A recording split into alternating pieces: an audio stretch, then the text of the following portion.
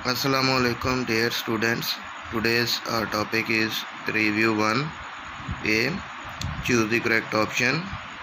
He devised the most equitable plan for the setting of Blackstone. The underlined word means underlined word है equitable मुनासिब, तो इसका answer बनेगा reasonable, क्योंकि privilege होता है मराहत होना ऑनर्ड, और reasonable मुनासिब, फेवरेट होता है पसंदीदा, तो इक्विटेबल मुनासिब और रीजनेबल भी मुनासिब। He decided every case brought to him by friend or foe with justice, without fear or favor. The underlined word means partner हिस्सेदार होता है कंपेनियन साथी, और एनिमी दुश्मन, तो फू का मानी क्या होगा दुश्मन एनिमी। थर्ड में है their ancestor killed a member of our family. The underlined word means ancestor forefather होता है, relatives रिश्तेदार, forefathers above अजदाद, successors जानशीन। अब ancestor भी forefather और सेम मीनिंग होंगे।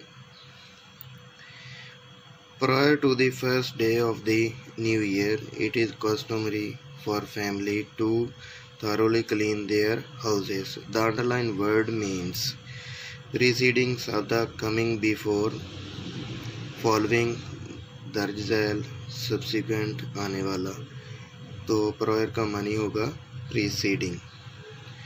Another popular custom is to hang up signs and posters on doors and windows with the Chinese word fu written on them. The underlined word means practice. law होता है कानून, practice जो हम routine में काम करते हैं, रूल कानून, तो कस्टम भी रूटीन में काम करने वाला होता है, रोज़मर्रा जो मामूल के मुताबिक काम करते हैं, तो custom practice. First aid knowledge ranges from taking care of cuts to dealing with an unconscious victim. The underlined word means victim शिकार, हेल्पर मददगार, सप्रेसर जिस पर जुल्म किया जाए, सफरर मुब्तला होना, शिकार होना, तो विक्टिम का मानी हुआ sufferer. The synonym of persevere is persist, give up, surrender. persist मुश्किल मजाजी से काम करना, गिव अप तरक कर देना, सरेंडर हथियार डाल देना, तो persevere persist।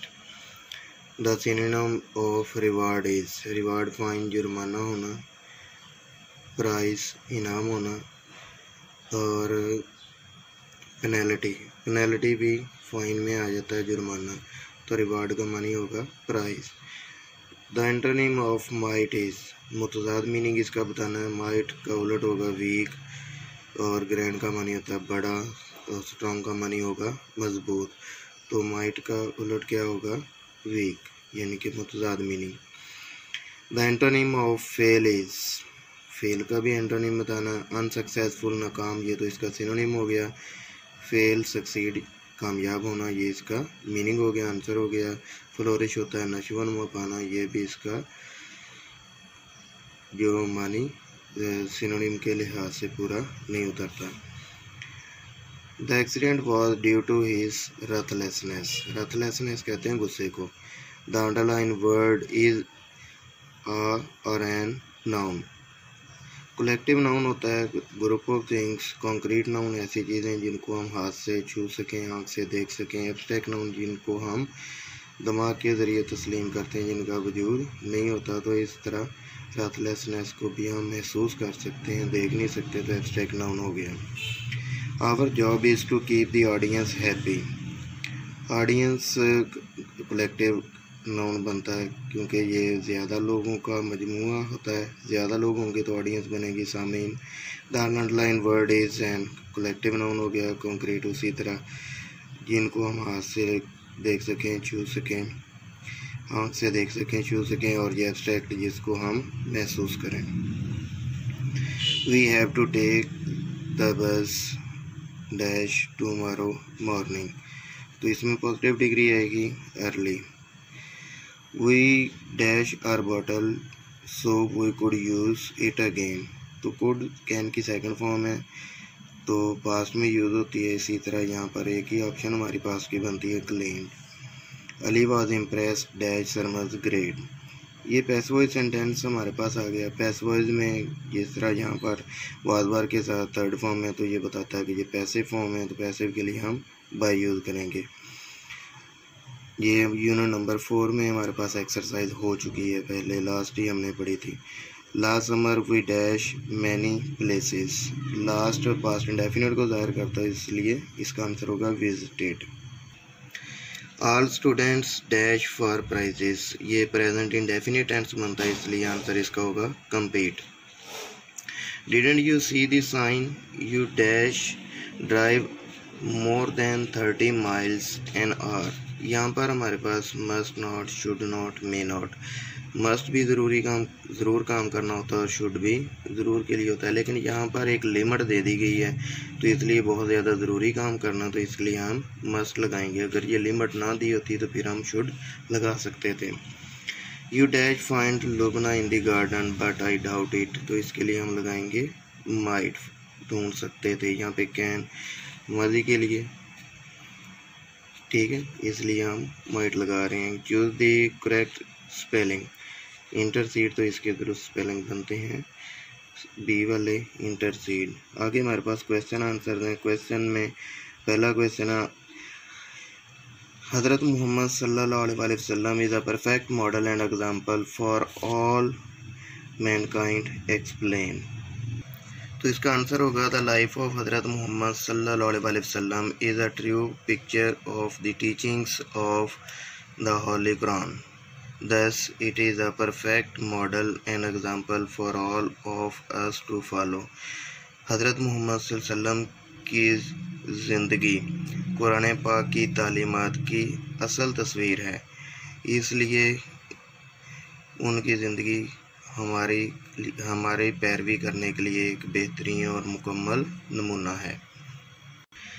क्वेश्चन नंबर 2 है, right a note on Chinese new year celebrations. इसका आंसर होगा the celebration of Chinese new year, चीनी साल नौ की तकरीबात आर वेरी इंटरेस्टिंग, बहुत दिलचस्प हैं, एंड चार्मिंग और तवज्जो तलब, दिलकश हैं। दे वो क्लीन साफ़ करते हैं, देयर हाउसेज अपने घरों को, अरेंज फैमिली फीस्ट ख़ानदान की दावतें अरेंज करते हैं, वियर न्यू ड्रेसेस नए कपड़े पहनते हैं, एंड एक्सचेंज गिफ्ट और एक दूसरे को तोहफे तोहफ़ देते हैं। क्वेश्चन नंबर 3 है, Why is trying again important in life? इसका आंसर होगा we cannot succeed, हम कामयाब नहीं हो सकते if we do not try again, अगर हम दोबारा कोशिश नहीं करते। Thus trying again and again, बार बार कोशिश करना will make us successful, हमें कामयाब बनाएगा। क्वेश्चन नंबर 4 है, write the first aid process of cuts and scrapes।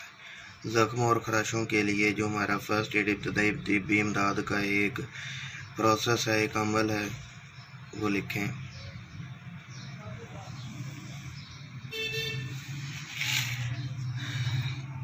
तो इसका आंसर होगा ब्लड फ्लो, खून का बहाव शुड बी स्टॉप्ड, रोकना चाहिए, and the wound should be washed, ज़ख्म को भी साफ़ करना चाहिए, धोना चाहिए, एंड क्लीन्ड और साफ़ करना चाहिए, लेटरली बाद में अप्लाई लगाएं, एन एंटीबायोटिक क्रीम की तह लगाएं, एंड कवर द वुंड और ज़ख्म को ढांप दें विद अ बैंडेज, एक पट्टी के साथ। चेंज द ड्रेसिंग डेली, पट्टी को रोज़ाना तब्दील करें। The wound would heal up soon, ज़ख्म जल्द ही भर जाएगा। नेक्स्ट हमारे पास है, read the passage and answer the questions given below. इसका क्वेश्चन नंबर 1 है, what is the first change that internet has brought in our life. इसका आंसर होगा द फर्स्ट चेंज, पहली तब्दीली, दैट इंटरनेट हैज़ ब्रॉट, जो internet लाया, in our life, हमारी ज़िंदगी में, इज़ ईमेल, वो ईमेल है, विच मेड इट पॉसिबल, जिसने मुमकिन बनाया, टू सेंड मैसेजेस, पैगामात भेजना, digital photos music and videos to anywhere in the world, दुनिया के किसी भी जगह इंस्टेंटली फ़ौरन। इसका दूसरा क्वेश्चन है, how has search engine revolutionized access to information. Search engines like Google and Yahoo give us a list of websites, हमें वेबसाइट्स की एक फहरिस्त देते हैं। These websites provide us information, ये वेबसाइट्स हमें मालूमात देती हैं that we need, जिनकी हमें ज़रूरत होती है। Thus they have revolutionized, इन्होंने इनकलाब बर्पा कर दिया, एक्सेस रसाई टू इंफॉर्मेशन, मालूमात तक रसाई में एक इनकलाब बर्पा कर दिया है। नेक्स्ट क्वेश्चन है, internet has brought people closer, how. Internet ने लोगों को करीब कर दिया है, कैसे। People are able to stay, लोग काबिल हो गए हैं टू स्टे इन क्लोज, करीब रहने के, टच विद ईच अदर, एक दूसरे के राब्ते में, थ्रू इंटरनेट, इंटरनेट के ज़रिए। तो अगरचे they are very far away, वो एक दूसरे से बहुत दूर हों। Thus internet has brought people to close to each other, बस इंटरनेट ने लोगों को एक दूसरे के करीब कर दिया है। नेक्स्ट है, find words from the passage that mean the same as phrase given below. A और बी दिए हुए हैं, इनके आंसर, ए का होगा एग्जॉर्बिटेंट और बी का होगा कन्वीनियंस। नेक्स्ट क्वेश्चन नंबर 5 है, right a precise of the given passage and suggest suitable title for it. पहले इसकी प्रीसाइज लिखते हैं और फिर इसका सूटेबल टाइटल एंड पे होगा। प्रीसाइज होता है कि पैराग्राफ का 1/3 बनाना है और इसका टोटल जो मीनिंग होंगे वो पैराग्राफ से ही लेंगे, चाहे अपने अल्फाज में इसको लिख दें।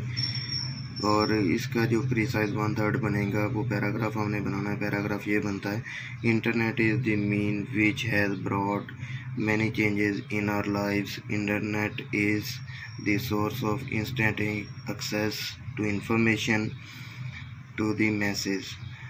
Through internet, people are able to stay in close touch with each other. Search engines like Google and Yahoo give a list of websites that give information we need. Thus, and this has made the world a global village. In future, the impact of internet will be even greater than today. तो इसका suitable जो title last इसका part पूछा था question का वो है, internet is a source of information. Next हमारे पास है, read write a paragraph any one of the following topic. ये क्रिएटिव राइटिंग में आप लोगों ने एक पैराग्राफ इन दोनों टॉपिक्स में से एक पर लिखना है। नेक्स्ट है, राइट अ जर्नल ऐसे on any one of the following topic. Journal ऐसे जिस तरह हम आम ऐसे पढ़ते हैं उसी तरह आपने इन दोनों टॉपिक्स में से एक ऐसे लिखना है। नेक्स्ट है, उसने लिखा है, राइट अ नैरेटिव ऐसे on one of the following topics.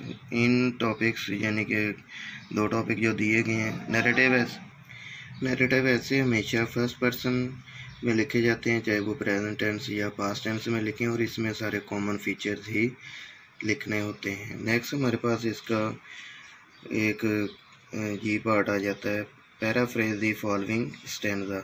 इसका हमने पैराफ्रेज करना है। इसका पैराफ्रेज ये बनता है,